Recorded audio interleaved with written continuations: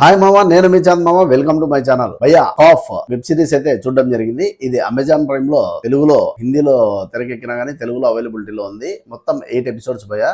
Each episode 45 minutes. ఇది ఒక horror psychological thriller తో కూడిన మంచి టెక్నికల్ బ్రిలియన్స్ వెబ్ సిరీస్ అనే చెప్పొచ్చు. రీసెంట్ టైమ్స్ లో ఇంత మంచి హర్రర్ వెబ్ సిరీస్ అయితే నేనైతే చూడలేదు. సో ఇంకెందుకు ఆలస్యం, మీరు కూడా స్టార్ట్ చేసేయండి చూడడము. స్టోరీ విషయానికి వస్తే మౌనికా పన్వర్ మెయిన్ లీడ్ నటించింది అనమాట. ఈ మౌనికా పన్వర్ గ్వాలియర్ నుంచి ఢిల్లీకి జాబ్ చేయడానికి అయితే వస్తుంది. తను జాబ్ చేయడానికి వచ్చినప్పుడు ఢిల్లీలో ఒక వర్కింగ్ ఉమెన్స్ హాస్టల్ అయితే జాయిన్ కావాల్సి వస్తుంది. తను జాయిన్ అయిన రూమ్ లో అను అనే అమ్మాయి ఆల్రెడీ చనిపోయి ఉంటుంది.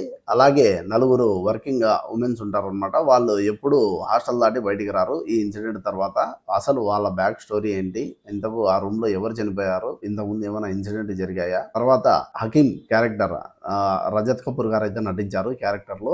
ఆయనకి ఈ అమ్మాయిలకి ఏంటి సంబంధం, ఇలా ఒక మంచి 3 స్టోరీస్ ని కలుపుతూ చాలా థ్రిల్లింగ్ అంటే మూవీని అయితే చాలా చక్కగా చూపించడం జరిగింది అనమాట వెబ్ సిరీస్. తర్వాత ఒక కానిస్టేబుల్ కొడుకు అయితే అక్కడ మిస్ అయి ఉంటాడు.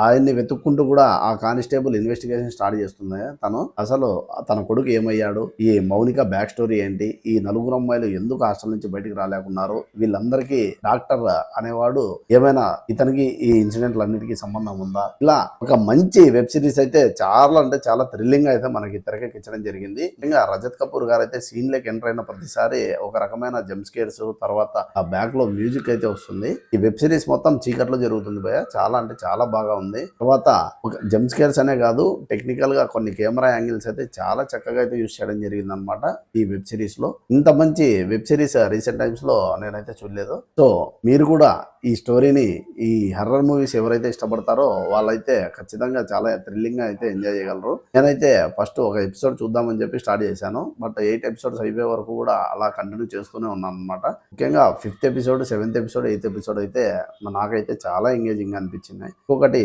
ఇది 18+ స్టోరీ భయ. కొన్ని ఇంటిమేషన్ సీన్స్ కూడా ఉన్నాయి. సో 18+ వాళ్ళు మాత్రమే చూడడానికి ట్రై చేయండి. ఇది ఇవాళ రివ్యూ.